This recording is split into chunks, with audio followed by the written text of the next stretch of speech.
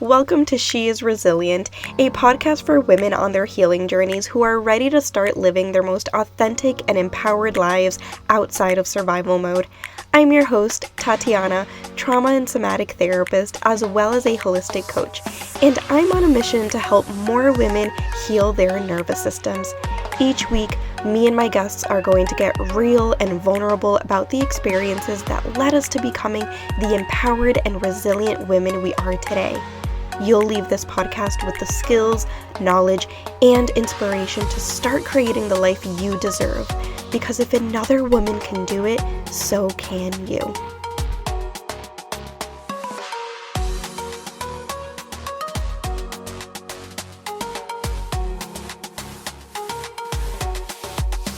Welcome to another episode of She is Resilient. Today we have another guest, Jaime. Jaime, do you want to introduce yourself and tell us who you are and what you do for a living? Absolutely. So, my name is Jaime Weatherholt. I am in Omaha, Nebraska, and I'm a licensed clinical social worker and certified hypnotherapist. So, I provide mental health therapy, hypnotherapy, um, for those living in Nebraska. And actually, I just got my license in Illinois as well. So, telehealth Mm. clients in Illinois could also see me too. Amazing. Cool. So, this podcast is all about sharing our vulnerable stories, sharing the struggles that we've overcome to get to be the empowered women we are today.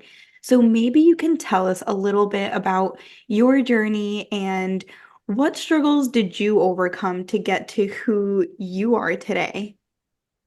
Yeah, absolutely. So, I suppose, like most people, just it starts off in our childhood experiences and then it morphs us into perhaps a trajectory that we make into adulthood.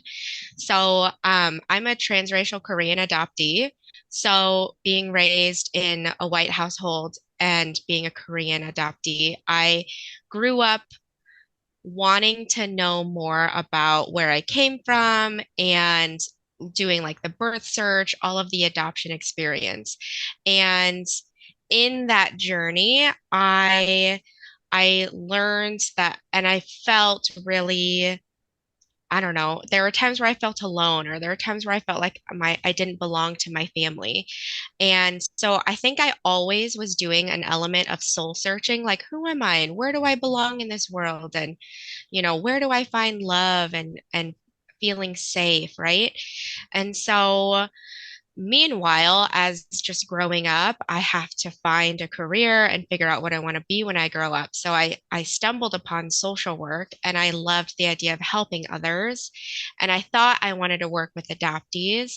And because I ended up working with adoptees a lot in my teenager and young adulthood, I fell into mental health therapy because I really liked, in the end, working on the individual basis, even with adoptees or just with anyone in general, because it all came down to um, a lot of different beliefs or feelings about yourself, or just like those almost instinctual reactions that people do, because I know that I personally did that a lot. Mhm. It wasn't necessarily I consciously made this decision, but if I got a feeling of like rejection or a feeling of I don't belong here, it was rooted back in like my childhood self journey of, oh gosh, like where do I belong in my family? Mhm. Where do I belong in this world? Yeah. And so as I have healed that, I'm like, oh my gosh, I love what I've learned and I want to teach that to other people. I want other people essentially to do their own inner child work so they can be successful, conscious adults functioning in their adult body. Yeah. So how did you start to heal those wounds for yourself? Did you go to therapy or did you do some alternative method of healing? Tell us a little bit about what that looked like for you. Yeah, absolutely. I probably started with, you know, anything that I ask my therapy clients to do, I have done myself. Mm. So I find that not only good practice, just to understand where my clients have been, Mm-hmm. but just to understand not the internal work that I myself need to go through. Mm-hmm. So I think I stumbled upon some of the self-healing on accident when I would, do therapy with clients and I would have to ask them to do these self-reflection questions. So I'm like, okay, well, I'll just do it with you. Not initially in session, of course. And, I would do it in my own time, but Mm-hmm. all of the self-reflection questions, I think throughout school, we constantly in social work, we would joke about how we do so much self-reflection in class. We're like a mirror by the time we graduate because we're always thinking about like, what does this mean for me? How is this client going to make me feel about myself? So throughout school, throughout working with clients, going into the therapeutic side of things, I initially was trained in EMDR, and in going through that training, I really started to recognize it wasn't necessarily, like I said, like a conscious or subconscious belief that I had, but it would be almost like this instinctual feeling, like this guttural, for me, it felt like almost butterflies or like a pit of despair in my stomach. And so I would be like, oh my gosh, this feeling's coming up as I'm practicing EMDR in the training, right? And so since we're practicing with another colleague, I'm not about to just clean up and do therapy there. So I'm like, I'm going to enroll in my own therapy, clean some stuff up. And as I enrolled in that therapy myself, and we started with some EMDR and processed through some of these, like I said, these beliefs that would stem from the feeling. Like the feeling would happen first, where I'd get this instinctual, like uncomfortable feeling in the pit of my stomach, or I'd feel like that knot in the back of my throat. Like I want to cry, but I'm not quite sure if that's happening. And so that would be linked to a cognition about myself. And so we'd process that with EMDR. Um, so then, same thing, I'm still simultaneously doing my own self-reflection. I'm still, kind of learning more about myself, just as anyone does on any self-reflection adult, trying to figure out why we do what we do. I've also been trained in brain spotting, which is what I call a sister of EMDR, another form of trauma therapy. So when I also went through that training, I was again with a colleague and I all of a sudden had similar experiences, come up. And I thought, wow, I thought I cleaned that up in EMDR. That's outrageous. These same feelings are coming up and, you know, my body is telling me something dangerous is happening, but it doesn't quite make sense what the belief is or where that comes from. Mm-hmm. Um, so then I think my deepest healing, though, really came from hypnotherapy. So I had kind of fell into hypnotherapy on accident. My friend initially told me about past life regression. In my group of friends, we also really love spirituality healing. So, we'll talk about numerology, we'll talk about Mm-hmm. astrology, we'll go down any route possible. I see them as just tools to better know myself. But when I went to past life regression, that really helped me think, oh, maybe this is how or why I'm repeating patterns in this life. So then my husband encouraged me to just go get some hypnotherapy training. He's like, well, how about you just do it? Maybe that's what, you're missing in your practice. Mm-hmm. So same thing in the training. I think for me, it felt much deeper and quite frankly, easier healing than EMDR or brain spotting. Mm-hmm. It was a way for me to essentially talk to the feeling in my body Mm-hmm. and identify what that feeling was linked to. So, like that guttural fear, right? Mm-hmm. Or that feeling in the back of my throat, I would be like, oh, wow, that actually came from. And then in hypnosis, I could get an image or a time stamp in my life that I was actually connected to. And Mm-hmm. so when I was able to essentially take care of, quote unquote, that younger part of me, I was able to really be my most grown up self as the outcome.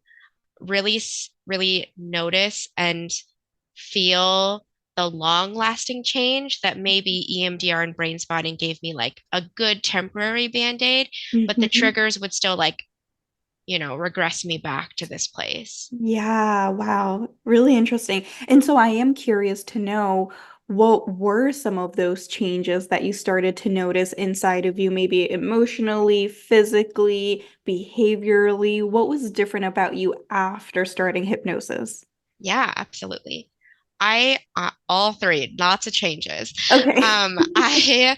I would say in like an easy example is a day-to-day interaction that I would have where I'm sure most people can relate to this. So like my husband and we kind of just have our typical arguments that we just kind of have probably weekly, probably daily.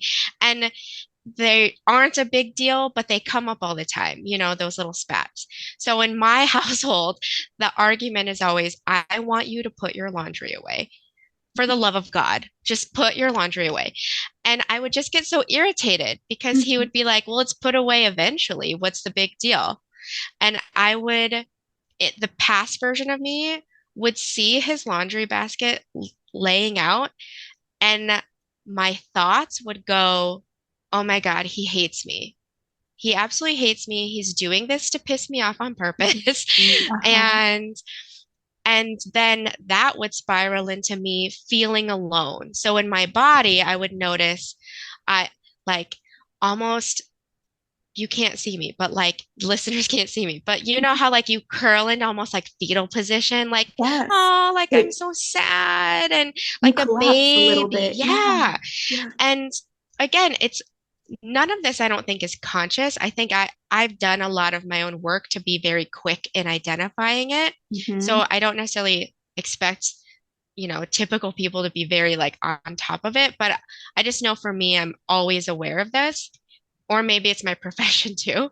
And so then it would result in me typically in the best way, like throwing a tantrum in a grown-up body. That's what I always say. So then I Yeah. would just throw a tantrum to my husband. I'm like, oh my gosh. So I'd yell at him. I'd be like, why are you doing this? Just put your laundry away. Like, oh, we have to have this argument every day. I would just become this victim and really, I I mean, it doesn't match. Why am I so angry at something? It's laundry, right? Hmm. And so processing this feeling of when I feel like I don't get listened to, I feel like I'm all alone.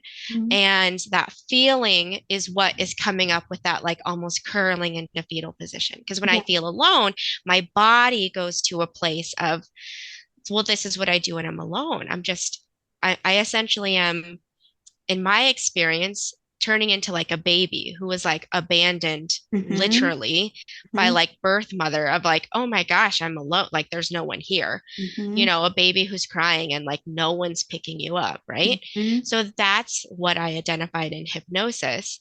So after I had gone through and essentially cleaned up that trigger, now I can see my husband's laundry sitting out because obviously nothing's changed. He's the same and not consistent with putting the laundry away.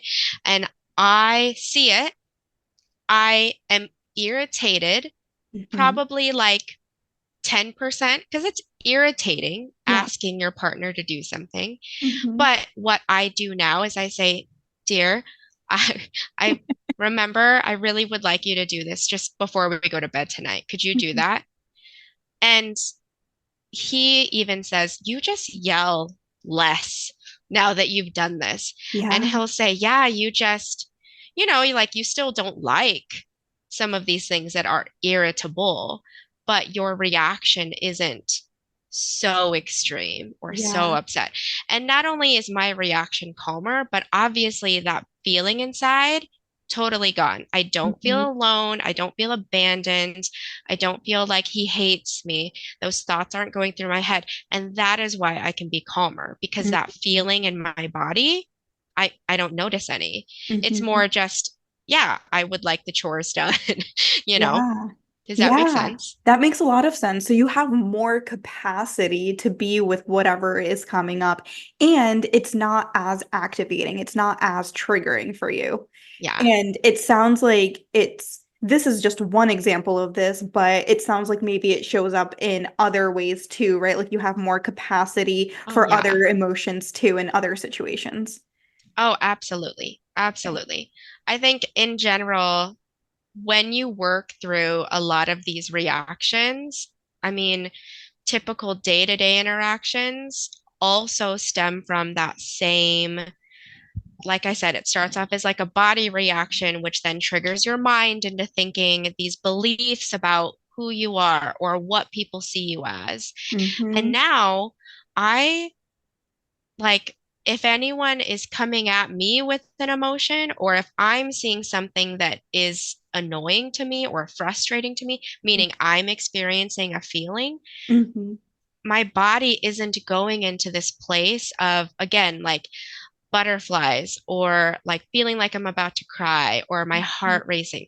Now, I still feel those emotions because I'm a human, Yeah. but the level, the severity of the feeling Hmm. matches the situation. It's Yeah. not more intense than necessary. Totally, that makes sense. And I love how you said that it's a feeling in your body first, and then Yes, the belief comes, right? Because I think a lot of right, people think it's the other way around. We have the belief and then we experience something in the body, but it's right. really the body first. The body is always Yes, sensing, the body is always experiencing. And so we feel things first in our bodies, and then that's going to impact our cognition, our minds. right.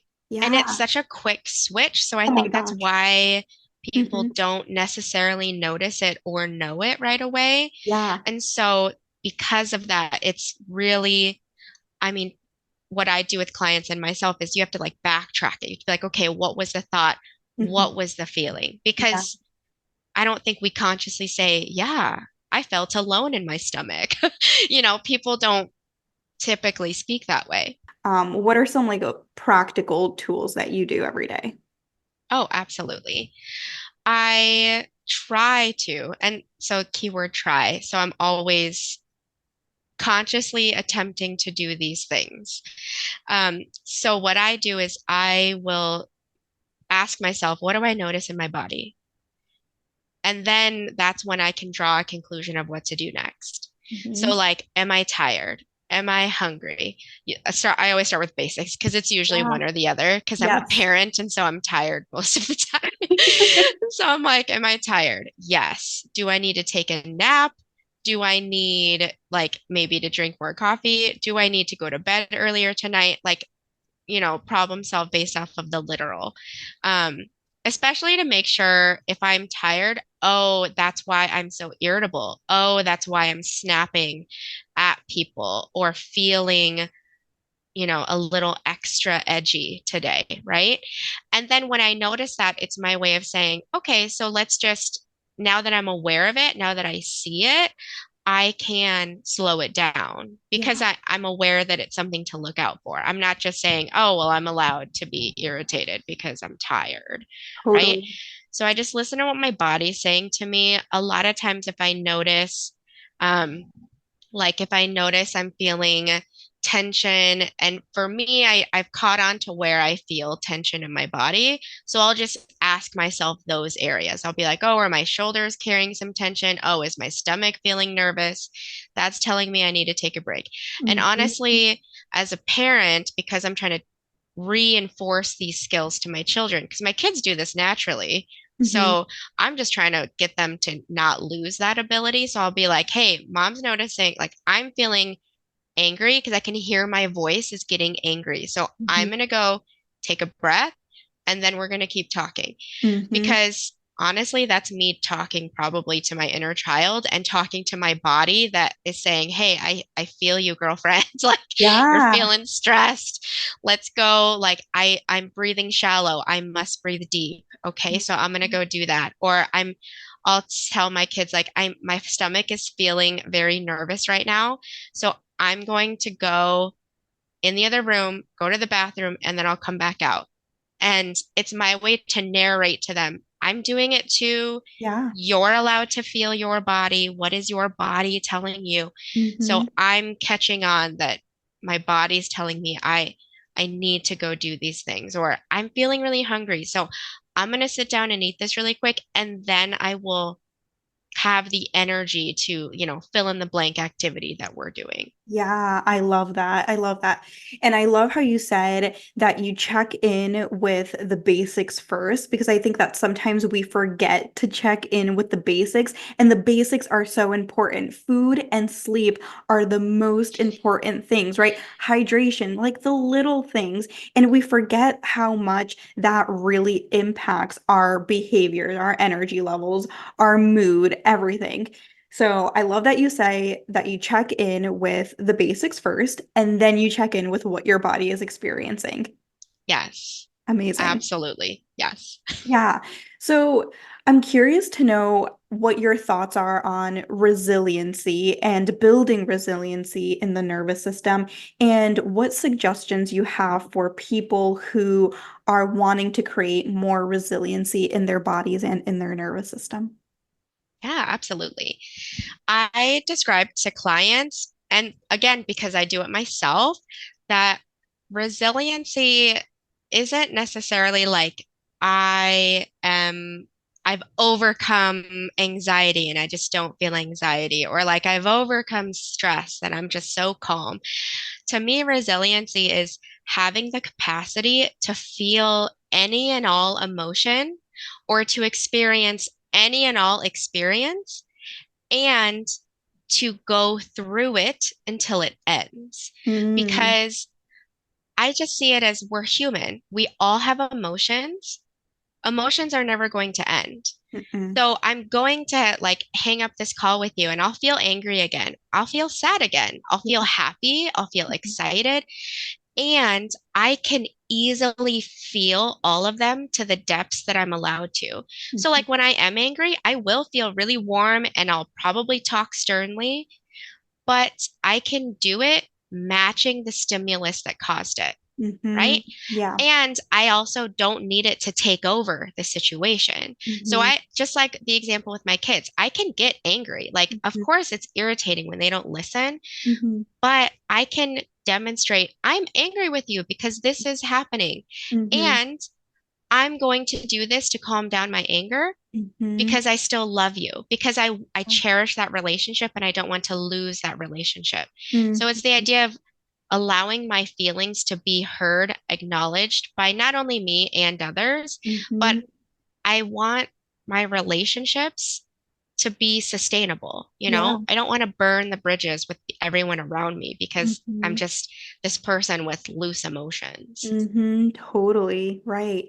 And for someone who is just starting out on their healing journey, what do you suggest that where can they start to, maybe it's with those daily practices, or maybe it is with starting one of those healing modalities, or like, or maybe it's just bringing awareness to, okay, I need to Yeah. change something. Like, where would you suggest that they start with creating that resiliency?